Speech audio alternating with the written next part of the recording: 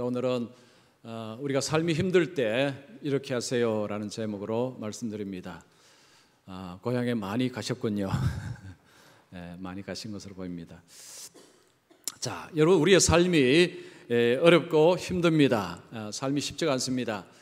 사람마다 차이는 있습니다. 어떤 사람은 어릴 때부터 남들이 겪지 않는 엄청난 고난을 겪는 분도 계시고, 어떤 분들은 좀 이제 연세가 있는 나이에 좀 연세가 들어서 고난을 많이 겪는 분도 계십니다. 고난의 깊이와 넓이, 길이가 사람마다 좀 차이는 있지만 어쨌든 이 땅의 삶의 고난이라는 것은 우리 모두에게 일어나는 현실이고 현상입니다. 자, 우리에게 어떤 어려움이 일어날 때, 자, 우리는 주로 어떻게 합니까? 사람을 찾습니다. 이 어려움을 도와줄 수 있는 사람을 찾는 것을 가장 먼저 합니다. 만약에 돈이 부족하다면 돈을 구워줄 사람, 나에게 돈을 빌려줄 사람을 찾을 것입니다. 힘이 부족하면 나에게 힘이 되어줄 사람을 찾을 것입니다. 지식이 부족하면 나에게 지식으로 지식 있는 사람을, 나에게 도움을 줄 수 있는 지식 있는 사람을 찾을 것입니다. 사람을 찾는 길이 가장 빠른 해결책입니다. 자, 그러면 우리의 어떤 어려움을 속히 해결을 할 수가 있습니다. 그러나 문제가 좀 더 깊어지면, 문제가 좀 커질 때, 어려움이 좀 클 때, 즉 사람이 도움이 되지 않을 그때 어떻게 해야 할까요? 병원에서 진단을 했는데 의사도 말합니다. 치료가 어떻게 될지 저도 잘 모르겠습니다. 한번 치료는 열심히 해보겠습니다 라고 한다면, 여러분, 그 순간에 누가 도움이 될 수가 있습니까? 누가 해결책이 될 수 있습니까? 아무도, 어떤 사람도 도움을 줄 수가 없습니다. 어떤 일에 큰 실패를 했습니다. 엄청난 손해를 봤습니다. 여러분, 그 순간에 정말로 나를 도와줄 사람이 있겠습니까? 누가 나를 도와줄 수 있겠습니까? 인간관계가 파탄이 났습니다. 부부관계나 부모 자식 간 관계나 관계가 파탄이 났을 때, 여러분, 그 순간에 누가 도와줄 수 있겠습니까? 여러분, 그런 경우는 사람을 아무리 찾아도 나에게 직접적으로 도움을 줄 수 있는 사람을 찾기는 어렵습니다. 자, 이런 어려움이 있을 때 우리가 어떻게 해야 할까요? 자, 이때 우리가 해야 될 것이 있습니다. 영적으로 자신의 삶을 진단해 보는 것이 필요합니다. 영적으로 진단하는 것은 하나님의 관점에서, 성경의 관점에서 자신의 삶을 살펴보는 것을 말합니다. 사람은 영적인 존재입니다. 영적인 존재이기 때문에 눈에 보이는 것으로만 사람의 모든 것을 알 수가 없습니다. 왜 하나님의 관점에서 봐야 되느냐? 또 이유가 있습니다. 세상은 사람들이 볼 때는 모든 것이 그냥 우연히 돌아가는 것처럼 보이지만, 사실은 이 모든 세상은 하나님의 통치하에, 하나님의 다스림 속에 있기 때문입니다. 사람들은 우연이라는 표현을 많이 씁니다. 우연히 만났다, 우연히 하게 되었다, 우연이다, 운이 좋다, 이런 표현을 씁니다. 사람이 볼 때는 우연적인 일로 보일지라도 하나님의 다스림 안에서 보면 하나님의 계획과 뜻 가운데서 모든 것들은 진행되는 것입니다. 문제는 우리가 모른다는 것입니다. 왜 그 일이 일어나는지 우리는 다 알지 못하지만, 이 세상은 하나님이 지으셨고 하나님이 움직여 가시고, 그리고 때가 되면 하나님이 세상을 닫으실 것입니다. 자, 모든 것이 하나님의 통치하심 가운데 있다면 결국은 우리가 하나님께 물어야 하는 것입니다. 하나님, 이 일이 왜 일어난 것입니까? 즉, 하나님의 관점에서 자신의 삶을 돌아보지 아니하면 어떤 문제는 풀 수가 없습니다. 즉, 하나님께서 우리에게 가르쳐 주시지 않으면 못 풉니다. 그러면 인생은 정말 심각한 문제 속에 들어갑니다. 그래서 우리에게 어떤 큰 어려움이 올 때는 영적으로 하나님의 관점에서 자신을 볼 수 있어야 됩니다. 오늘 읽은 이 말씀이 바로 그것을 이야기합니다. 북이스라엘은 지금 굉장한 어려움 속에 있습니다. 경제적으로는, 정치적으로는 번성을 하고 있는데 내부적으로는 지금 심각한 문제 속에 있습니다. 자, 이때 활동한 선지자가 호세아 선지자입니다. 호세아 선지자는 북이스라엘이 멸망하기 직전, 멸망이 722년입니다. 723년까지 755년에서 723년까지 활동한 선지자가 호세아 선지자입니다. 자, 우리는 호세아 선지자 하면 딱 떠오르는 이미지상이 있습니다. 다른 선지자보다는 좀 더 사실은 잘 알고 좀 유명한 선지자를 할 수 있습니다. 사실은 이 호세아 선지자가 길지는 않지만 그러나 이 속에서 하나님께서 전하는 메시지가 다른 성경과 좀 다른 측면이 있습니다. 지금 이스라엘의 그 땅은 불의와 불법과 폭력이 난무를 합니다. 그런데 놀라운 것은 여로보암 2세 때 나라가 굉장히 부강했다는 것입니다. 부강해서 주위의 나라들이 함부로 공격을 해오지 못했습니다. 경제적으로 정치적으로는 굉장히 부강했는데 튼튼했는데 내부적으로는 골마 터지고 있었습니다. 우상을 수입하기 시작했습니다. 우상이 들어오면서 음란이 들어왔습니다. 음란이 퍼지기 시작했습니다. 그들은 이 서로를 향해서 불의, 폭력을 행하기 시작했습니다. 지도자들은 그 자리를 이용해서 이권을 챙기기 시작했습니다.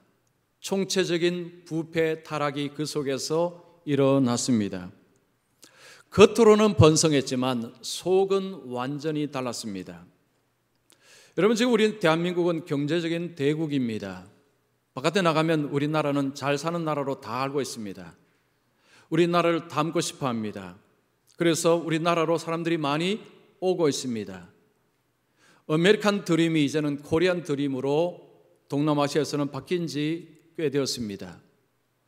그런데 대한민국에 살고 있는 우리 대한민국 사람들은 행복도를 조사하면 저 뒤쪽에 있습니다. 삶의 질은 경제 순위와 별로 상관이 없는 것 같습니다. 경제적으로 잘 살게 되면 삶의 질도 높아지고 더 행복해지고 더 만족될 것 같았는데 현실은 완전히 딴판입니다. 많은 분들이 살기 너무 어렵다고 이야기합니다. 이전의 삶과는 비교할 정도로 굉장히 번성을 구가하고 있는데 현실에서는 많은 분들이 삶이 어렵다고 이야기합니다. 어떤 분들은 이전이 좋았다고 이야기합니다. 그때는 가난했지만 그래도 서로 간에 챙겨주고 정이 있었고 북돋워주는 것은 있었다는 거죠. 그러나 이제는 그게 없다는 것입니다. 그래서 겉으로는 부강한데 속으로는 지금 살기 어렵다. 이것이 지금 오늘 우리의 현실입니다. 자, 북이스라엘은 겉으로는 부강합니다. 화려합니다. 그러나 속은 지금 문제 속에서 굉장히 힘들어하고 있습니다. 자, 이런 가운데서 하나님이 호세아를 통해서 오늘 본문에 두 가지 처방을 합니다. 자, 이것은요, 단지 이스라엘 백성들에게만 필요한 것이 아니라 오늘 우리에게도 꼭 필요한 말씀입니다. 자, 첫 번째, 삶이 힘들 때 하나님께로 돌아가라. 자, 우리의 삶에 정말로 힘든 일, 정말 힘들고 너무 답답할 때 그때 우리가 먼저 해야 될 것은 하나님께로 돌아가야 합니다. 자, 하나님께서 호세아를 통해서 이스라엘 백성들에게 말합니다. 1절 보십시오. 오라, 우리가 여호와께로 돌아가자. 호세아가 백성들에게 우리가 여호와께로 돌아가자라고 외칩니다. 하나님께로 돌아가자는 것은 무엇을 전제하는 것입니까? 그들이 하나님을 떠났다는 것을 전제합니다. 지금 이스라엘 백성들이 하나님을 떠났다는 것입니다. 그들이 하나님을 떠난 증거가 뭐냐? 우상을 섬기는 것입니다. 우상을 섬기고 거기에 하나님의 진노가 임했습니다. 하나님의 진노가 임하면 그들에게 고통이 찾아온 것입니다. 여러분 1절에 보십시오. 여호와께서 우리를 찢으셨으나 우리를 치셨으나, 하나님이 우리에게 진노하셔서 우리를 치고 찢으셨다고 말씀합니다. 자, 우리에게 임한 고통은 하나님이 치고 찢으셨기 때문에 우리에게 이런 고통이 찾아왔다라고 호세아 선지자가 진단을 합니다. 그러면서 호세아 선지자가 하나님이 우리를 찢으시고 치셨기 때문에 여기서 살 길은 하나님께로 돌아가는 길밖에 없다. 하나님께로 돌아가자 외친 것입니다. 여러분 1절 2절 다시 보십시오. 우리가 여호와께로 돌아가자. 여호와께서 우리를 찢으셨으나 도로 낫게 하실 것이요 우리를 치셨으나 싸매어 주실 것임이라. 여호와께서 이틀 후에 우리를 살리시며 셋째 날에 우리를 일으키시리니 우리가 그의 앞에서 살리라. 호세아 선지자는요, 우리가 하나님께로 돌아가면 하나님 우리를 다시 싸매어 주시고 다시 회복시켜 주실 것이자, 둘째 날, 이틀, 셋째 날은 일정한 기간을 말합니다. 일정한 기간이 지나면 하나님의 회복하심을 통해서 우리가 살 수 있을 것이다. 살리라 라고 이야기를 하고 있습니다. 북이스라엘 백성들은 하나님을 떠났기 때문에 하나님께로 돌아오면 하나님께서 다시 싸매어 주실 것이다. 다시 치료해 주실 것이다. 빨리 돌아가자. 이것이 호세아 선지자의 외침이었습니다. 자, 그러면 하나님께로 돌아온다는 것, 이게 돌아온다는 게 어떤 것을 의미할까요? 자, 하나님께로 돌아온 사람에게 나타나는 증거가 무엇일까요? 이걸 우리가 알아야 됩니다. 그냥 하나님께로 돌아가자 하면 이게 굉장히 막연합니다. 그냥 주일날 교회 가자는 말이냐? 그냥 예배 드리라는 말이냐? 이게 아닙니다. 여러분, 북이스라엘이 하나님을 떠나면서 그들에게 어떤 일이 벌어졌는가를 봐야 됩니다. 그들의 입에서 하나님을 향한 감사가 실종이 되었습니다. 하나님께 감사하지 않고 그들이 어디를 향해서 감사하느냐? 바알에게 감사하기 시작했습니다. 즉 하나님께 감사해야 될 것을 우상에게 감사를 하기 시작한 것입니다. 여러분 호세아 2장 8절 보십시오. 곡식과 새 포도주와 기름은 내가 그에게 준 것이요 그들이 바알을 위하여 쓴 은과 금도 내가 그에게 더하여 준 것이거늘 그가 알지 못하도다. 자, 곡식과 포도주, 기름은 이게 농사를 통해서 얻은 것입니다. 이스라엘 백성들이 가나안 땅에서 농사를 지어서 곡식과 포도주와 기름을 얻었을 때 이것을 누가 줬느냐? 바알이 우리에게 줬다고 그들이 인정하고 바알 신전에 가서 그들에게 감사의 예물을 드린 것입니다. 금과 은을 감사 예물로 바쳤다는 것입니다. 바알 신은 농사의 신이라고 여겨집니다. 비를 관장한다고 그들이 믿었습니다. 농사를 짓기 위해서는 하늘에 비가 내려야 되는데 비를 관장하는 신이 바알 신이라고 가나안 땅에서 가르쳤습니다. 이스라엘이 그 이야기를 들었습니다. 수입을 한 거죠.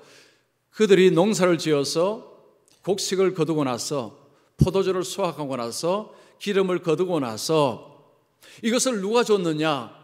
바알 신이 우리에게 주었다라고 인정하고 바알 신전에 가서 감사를 한 것입니다. 금과 은, 그 귀한 것을 바알 신에게 바치며 바알 신이여 감사합니다. 이런 일이 벌어졌다는 것입니다. 자, 그런데 하나님 뭐라고 말씀합니까? 금과 은도 내가 그에게 주고 그 모든 것을 다 주었는데 너희들은 그것을 바알에게 갖다 바치고 바알에게 감사를 하고 있구나. 이스라엘이 감사의 대상을 바꾸어 버린 것이 하나님을 버린 증거입니다. 여러분, 그들은 제사를 여전히 하고 있었습니다. 성전 제사를 그들이 하고 있었습니다. 그러나 성경은 그들이 하나님을 떠났다라고 이야기합니다. 여러분, 우리의 몸이 교회당에 있을지라도 예배 자리에 앉아 있을지라도 여러분은 하나님을 떠난 분일 수 있다는 것입니다. 여러분, 내 몸은 예배당에 앉아서 예배를 드릴지라도 나라는 존재는 하나님을 떠나서 살아갈 수 있다는 것을 우리에게 이야기하는 것입니다. 하나님께 드려야 될 감사를 하나님께 드리지 않고 다른 것에 감사를 드리게 되면 그것은 바로 하나님을 떠났다는 증거라는 말씀입니다. 호세아는 지금 너희들이 하나님을 떠났기 때문에 하나님께로 돌아가야 된다. 그 길이 살 길이다라고 이야기합니다. 성경은 하나님께로 돌아와서 하나님께 순종하면 하나님은 치료하신다라는 약속을 하십니다. 출애굽기 15장 26절을 보십시오. 너희가 너희 하나님 나 여호와의 말을 들어 순종하고 내가 보기에 의를 행하며 내 계명에 귀를 기울이며 내 모든 규례를 지키면 내가 애굽 사람에게 내린 모든 질병 중 하나도 너희에게 내리지 아니하리니 나는 너희를 치료하는 여호와임이라. 이스라엘 백성들이 가나안 땅에 들어가기 전에 하나님이 그들에게 하신 말씀입니다. 나는 치료하는 하나님이라, 나는 고치는 하나님이라는 것입니다. 하나님께로 돌아와서 하나님을 섬기고 하나님께 감사하고 하나님께 순종하게 될 때 하나님은 그들을 보호하시고 인도하시고 채우시고 공급하신다라는 말씀을 한 것입니다. 여러분, 우리의 삶에 어떤 어려움, 그냥 자질구레한 어려움이 아니고 좀 큰 어려움이 발생했을 때 여러분, 우리의 속을 바라봐야 됩니다. 영적으로 봐야 됩니다. 내 삶의 주인이 진짜 누구냐? 내 삶의 중심에 하나님이 내 삶을 컨트롤하고 계시는 진짜 주인이냐? 아니면 하나님이 아닌 다른 무엇인가가 내 속에서 나를 지배하고 나를 통제하고 나를 인도하는지를 살펴봐야 합니다. 이거 어렵지 않습니다. 힘들지 않습니다. 관심을 가지고 보기만 보면 금방 답이 나옵니다. 여러분, 우리의 삶 속에 고난이 닥칠 때요, 크게 세 가지 때문에 고난이 닥칩니다. 하나는 내 죄 때문에, 내가 죄를 불순종하면서 고난을 불러들이는 것입니다. 두 번째는 가까운 사람의 죄 때문에, 가까운 사람이 잘못해서, 예를 들어서 부모가 잘못하면 그 자식들이 고통을 당합니다. 자식은 아무 잘못이 한 게 없습니다. 부모가 잘못하면요, 그 자식들이 고통당하는 것입니다. 마지막 하나는 이유가 없습니다. 욥에게 당한 고난입니다. 욥은 왜 자기에게 고난을 당한지를 몰랐습니다. 친구들은 말합니다.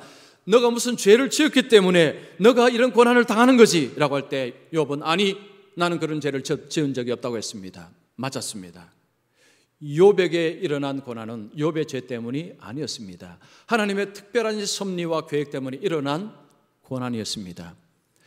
보통 이 세 가지 중에 하나입니다. 여러분, 우리에게 일어나는 고난은요, 주로 어떤 고난일까요?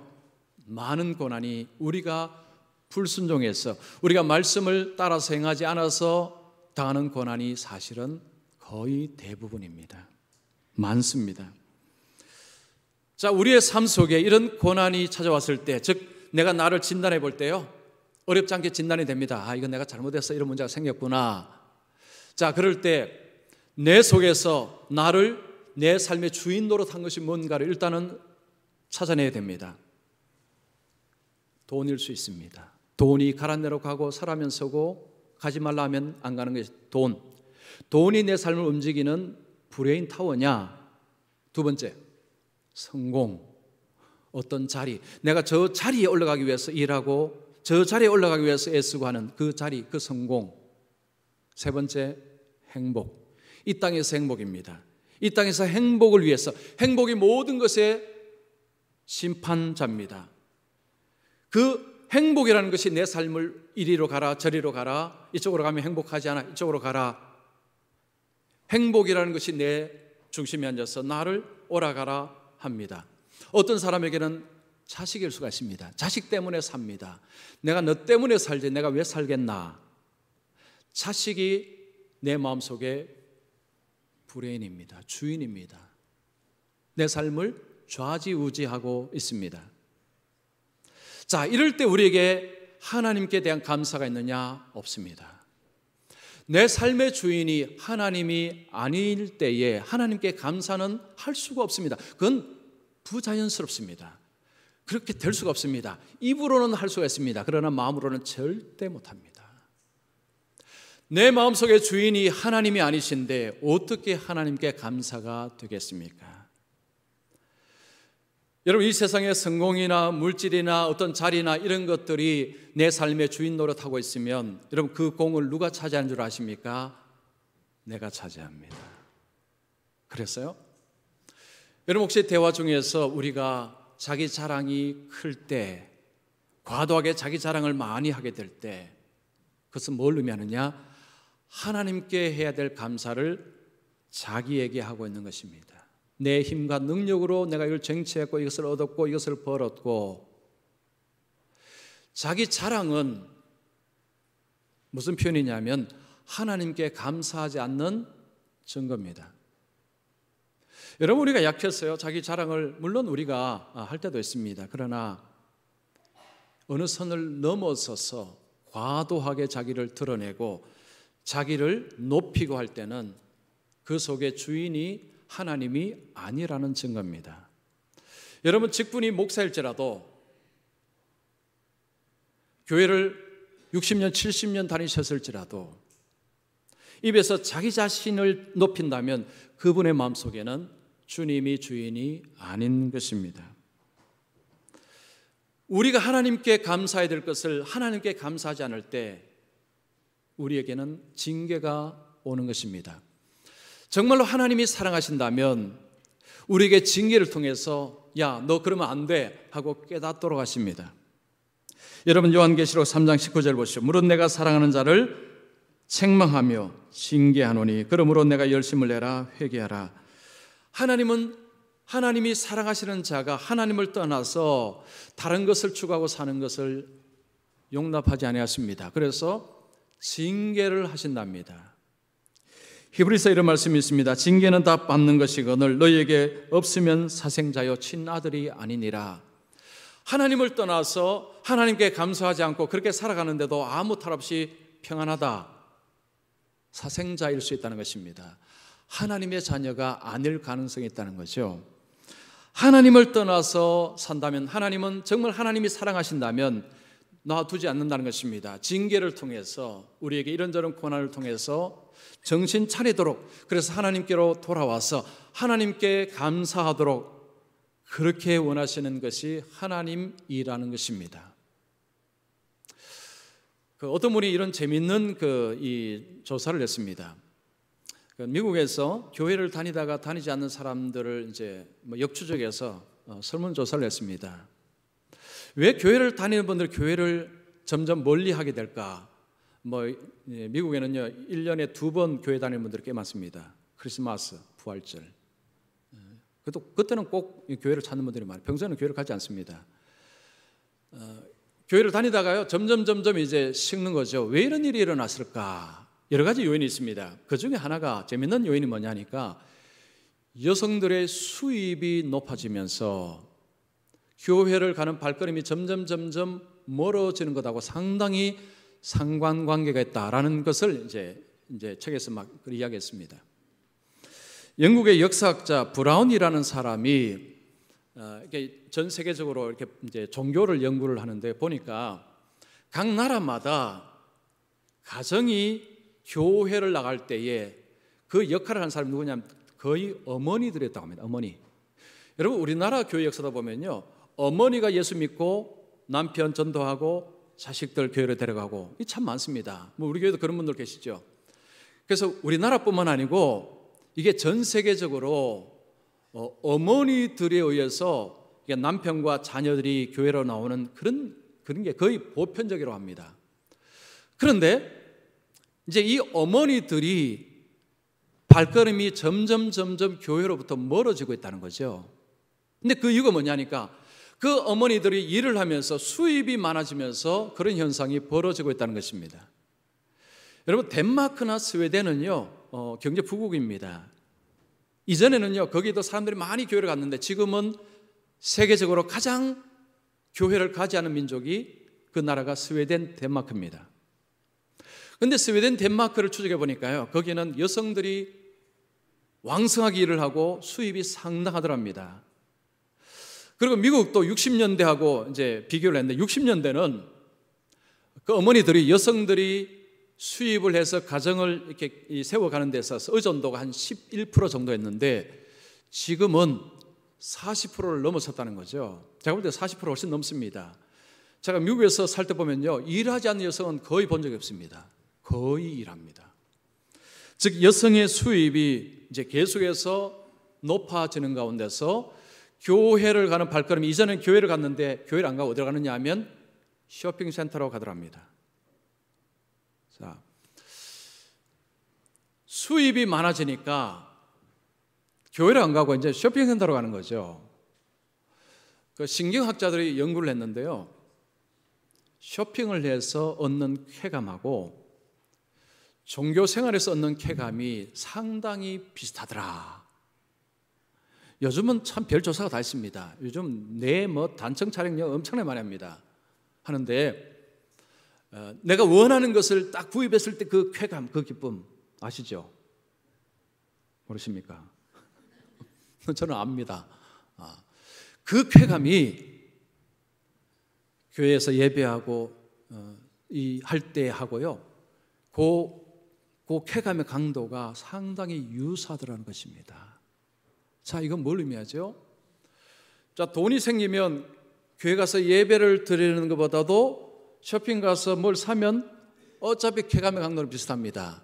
그 말은요, 만족할 수 있는 대상물이 생겼다는 이야기죠.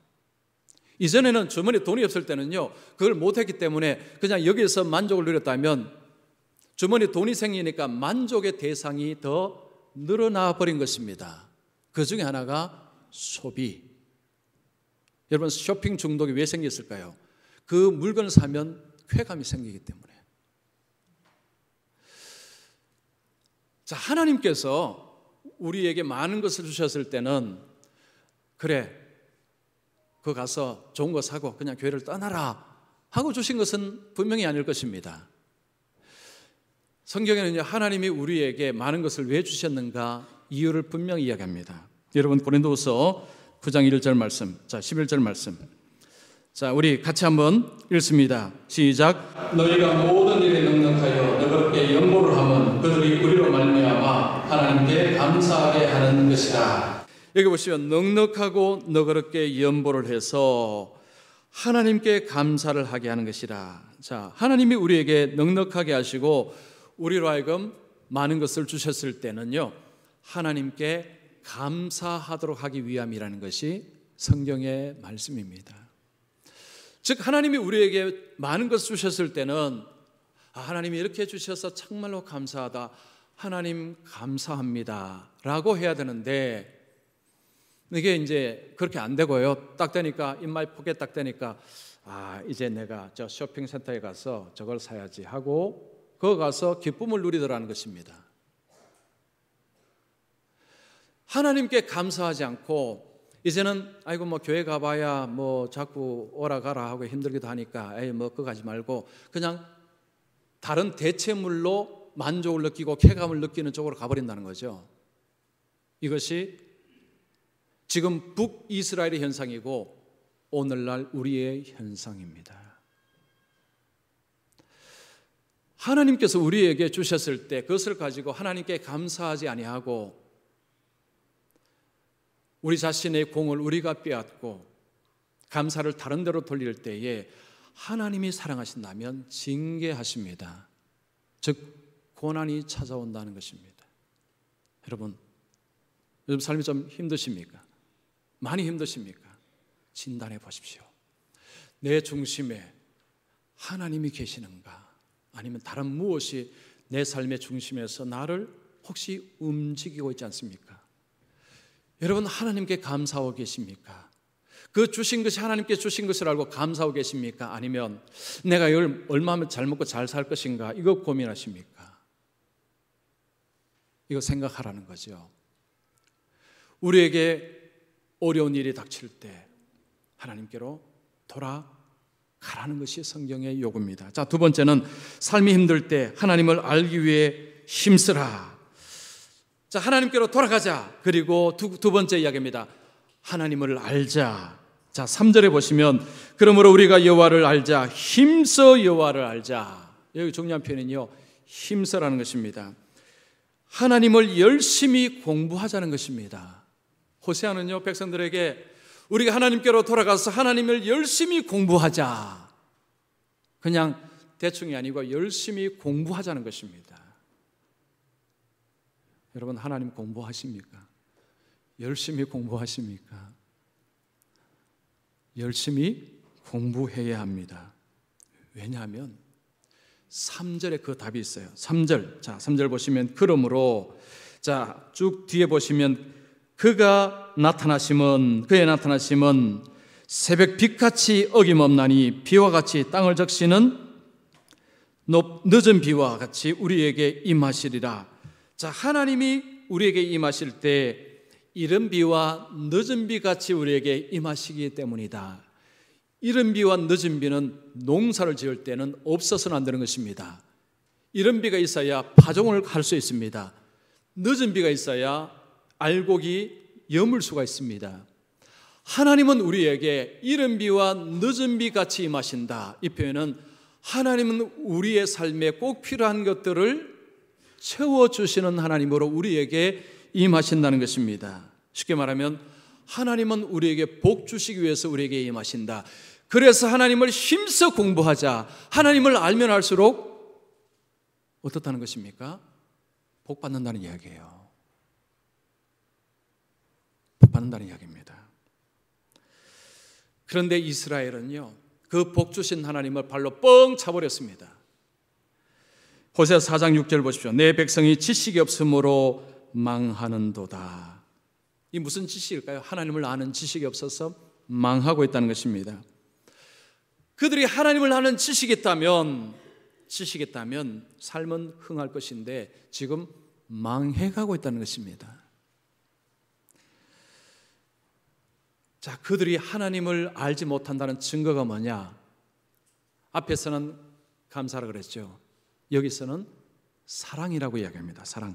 여러분 4절 보시면 너희의 인애가 아침 구름이나 쉼 없어지는 이슬 같도다. 이게 4절 하반절에 중반절에 있습니다. 인애라는 것은 사랑입니다. 아침 구름과 이슬은 있다가 사라집니다. 보이는 듯한데 안 보입니다. 즉 너희들 속에 이 인애, 사랑이라는 것이 있는 듯한데 안 보이는구나. 없다는 이야기예요.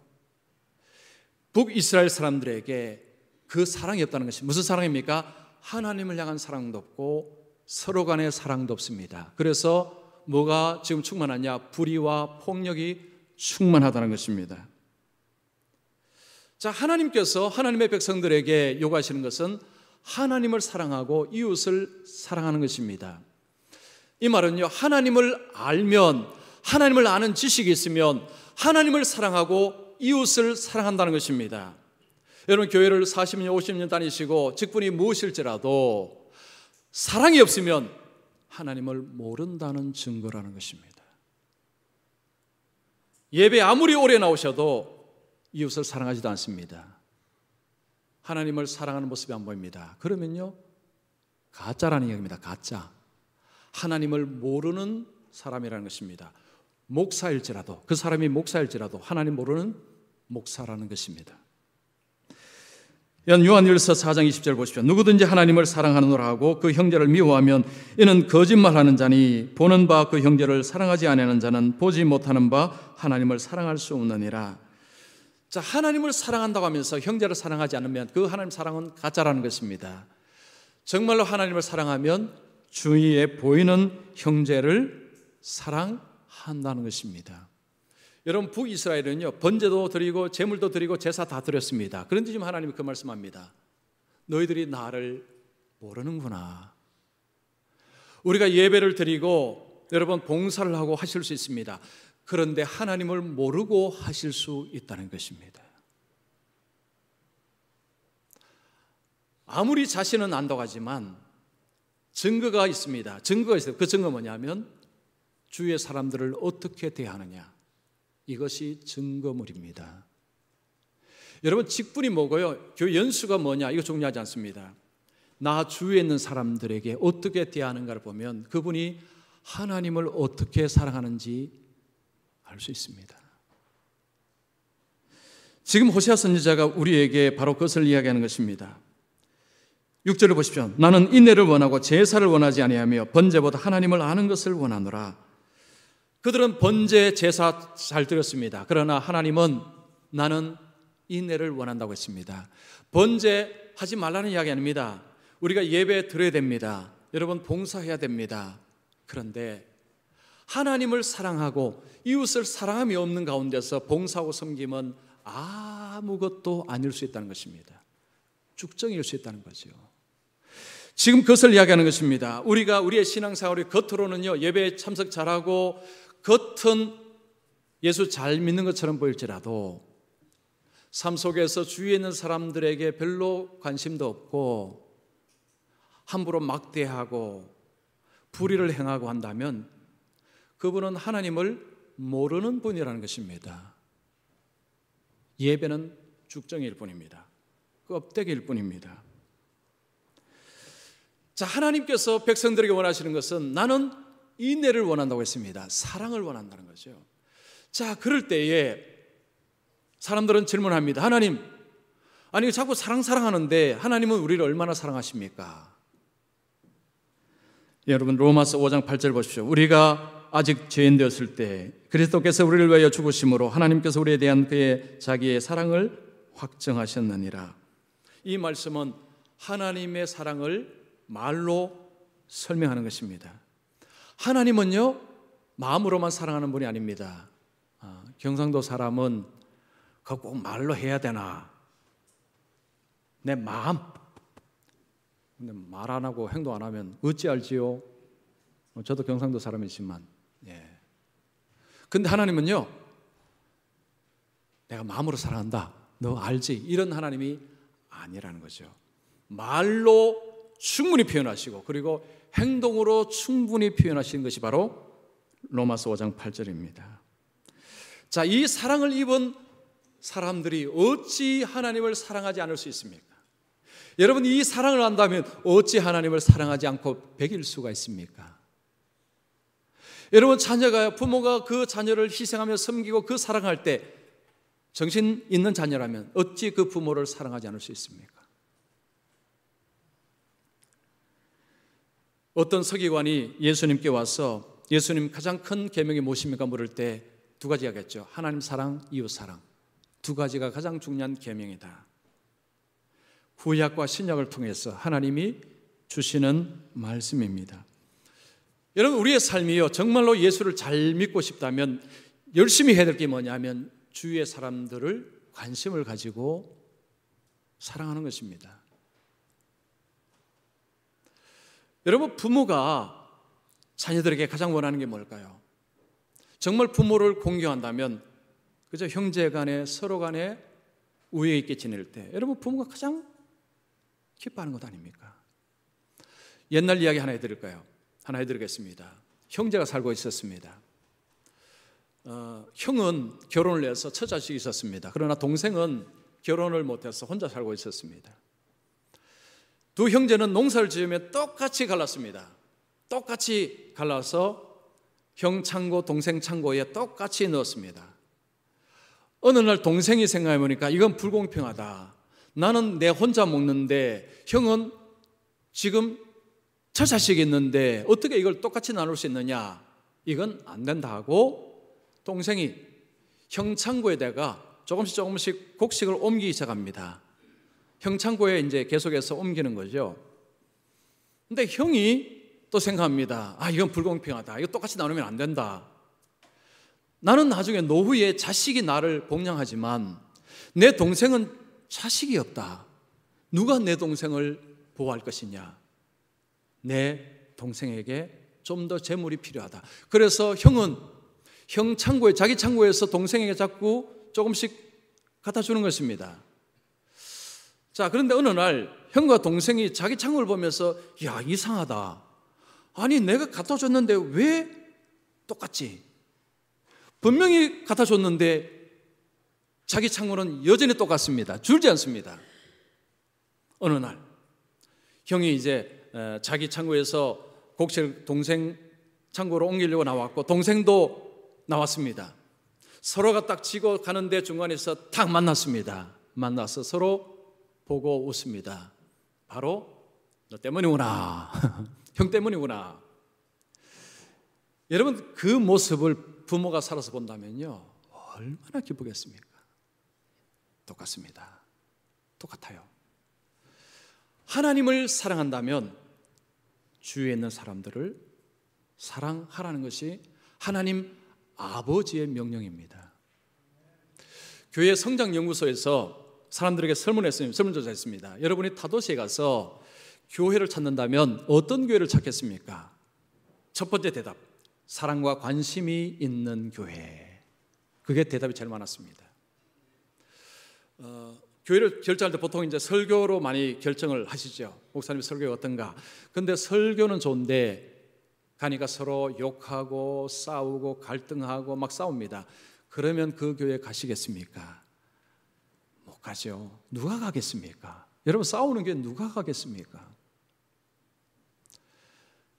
사랑과 관심 있는 교회를 가고 싶은 것은 우리 모두의 소망이고, 여러분, 그런 교회를 다녀야 내 속이 평안하고 예수를 믿어도 말씀도 들어오고 그렇습니다.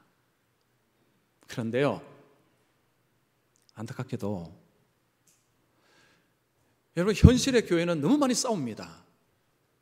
너무 많이 싸워요. 저는 지금까지 제가 싸우는 것은 한두 번 보는 것이 아닙니다. 여러분, 미국 이민교회는 정말 많이 싸웁니다. 뭐 이민교회만 싸웁니까? 대부분 한국교회도 많이 싸웁니다. 여러분, 우리가 나부터 해야 돼요. 나부터. 정말로 좋은 교회는요, 뭐 무슨 건물이 화려하고 뭐 사람이 많아요, 그거 그렇지 않습니다. 여러분, 그거 그렇지 않아요. 정말 좋은 교회는 서로 간에 관심이 있고요, 서로 간에 돌봄이 있고, 서로 간에 친절하고, 서로 간에 배품이 있고, 숫자가 얼마나 모이든 간에 여러분, 그런 교회가 진짜 좋은 교회입니다. 그 교회는 진짜 하나님을 아는 사람들이 모인 교회입니다. 제가 질문할게요. 여러분, 우리 교회는, 여러분을 포함해서 우리 교회는 하나님을 아는 분들이 모인 교회입니까? 네, 저는 그렇게 믿고 싶습니다. 정말 믿고 싶어요. 우리가 교회를 섬길 때요, 나만 예수 잘 믿고 천국 가는 그런 예수 없습니다. 성경에 그런 이야기 없어요. 더불어 함께 더불어 서로 이게 성경에 도배가 되어 있습니다. 여러분, 추석의 명절날 이제 가족 친지 모이셨을 때 전도하시려고요, 너 예수 안 믿으면 지옥 간다, 이런 이야기 절대 하지 마십시오. 그건 전도 길을 막습니다. 격려하시고 위로하십시오. 어제도 신문 보니까 추석 때 해서는 안 될 말, 결혼 언제 하니? 취직 언제 하니? 너 공부는 잘하니? 여러분, 이런 이야기 하지 마십시오. 오늘 오신 분들 절대 하지 마십시오. 금기어입니다. 금기어. 그냥 위로하시고요. 아유, 힘들지? 그래, 힘들 거다. 얼마나 힘들겠니? 그래, 내가 널 위해서 기도해 줄게. 예수를 안 믿어도요, 기도해 준다면 다 좋아합니다. 그 싫어하는 사람 아무도 없어요.